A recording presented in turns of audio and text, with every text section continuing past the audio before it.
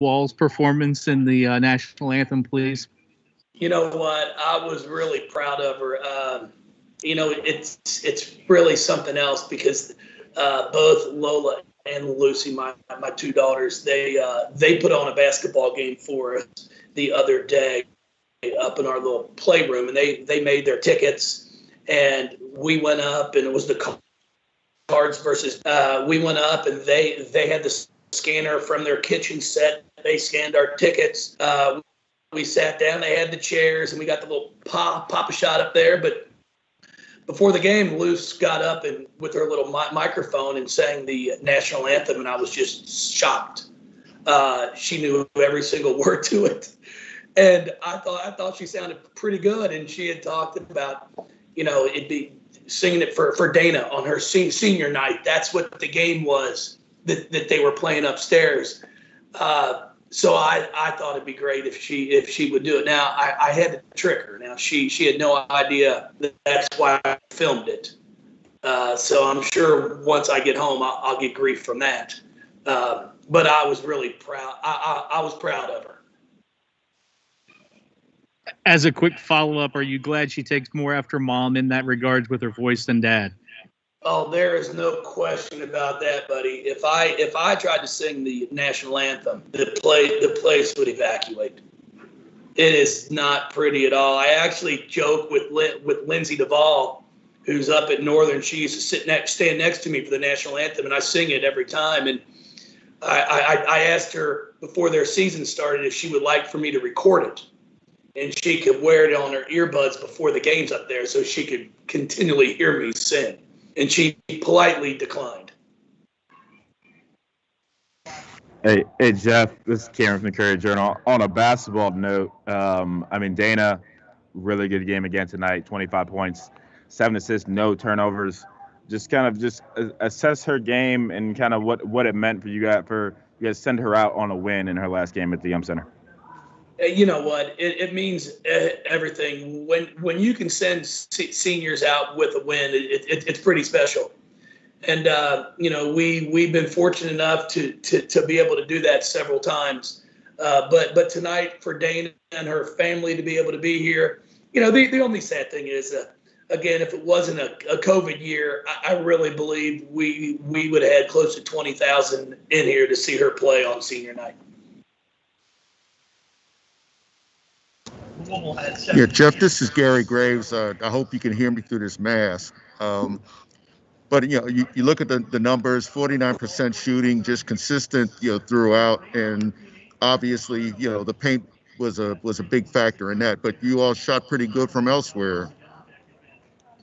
Yeah, I thought we played well. I thought we really moved the ball well. I was really pleased with O had a nice little 4 or 5 footer. And then she gets an M1 and finishes it. Liz Dixon stepped to the short corner, reverse pivot, and knocked down about a 12-footer.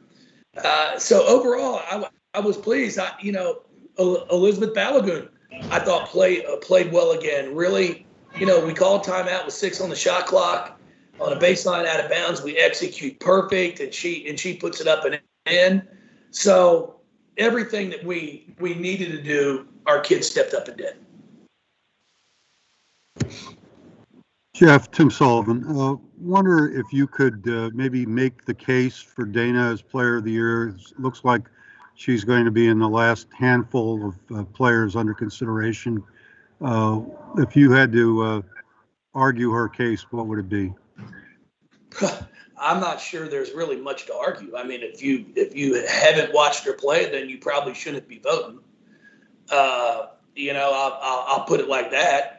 And you look at what she's done against ACC competition day in and day out, and she's been pretty spectacular this entire season. I don't think anybody can argue about what she's done this year at both ends of the floor. So if she's not one of the top 2 or 3 players in the country right now, I'm not sure who is. Do you think being a senior would give her an edge over, maybe Paige at UConn or Charlie at Texas? Well, I don't think it matters about what grade they're in. I just think it matters if you look at what she's done day in and day out against ACC competition. You know, she's played pretty darn well, even in our one loss. You know, I think she had 29. So she's played well against everyone. And I think she has put herself into a position where she's easily in the running for National Player of the Year. Thanks. Hey, Jeff, Cameron again. You've wanted this team to kind of lock in a little bit more defensively.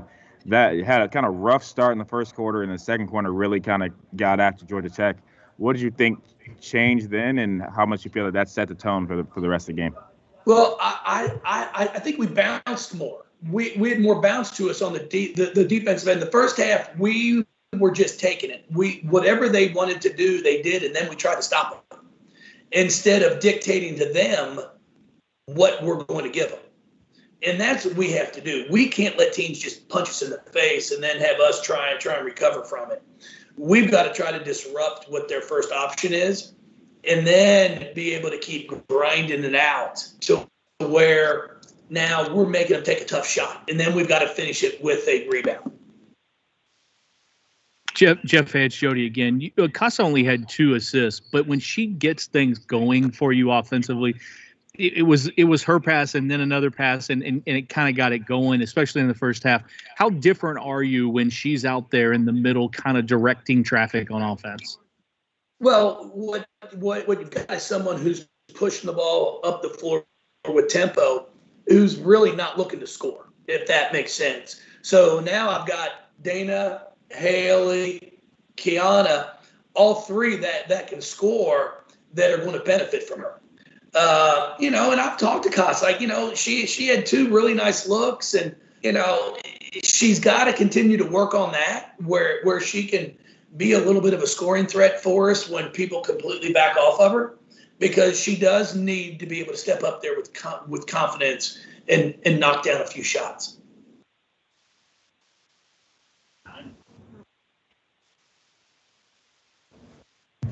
Yeah, Jeff, Cameron again. When you see Kiana, I mean, her 13 straight points to start the second half. I mean, they weren't all 3. She got to the basket, nice little mid-range pull-up, offensive rebound. I imagine it's nice to see her be able to do that in a variety of ways offensively. Well, tonight, I told her after the game, tonight was by far the most physical, complete game she has played all year. She battled in the post against their post players, trying to shove them out. You know, she tried to dictate things. And that's what I've been trying to get Kiana to do. I've been trying to get her to embrace the physicality of the game. Because when she does that, then the sky's the limit for what she's going to be able to do. You know, getting in there and getting an offensive board and a stick back. You know, the one pass up the court, which she continues to go after and saves it back in bounds, and we end up scoring, was a huge play. You know, so it's those types of plays that as she continues to do and to embrace, that's going to just really expand her game. All right. Anything else, guys? Thanks, Coach. If not, I'll get you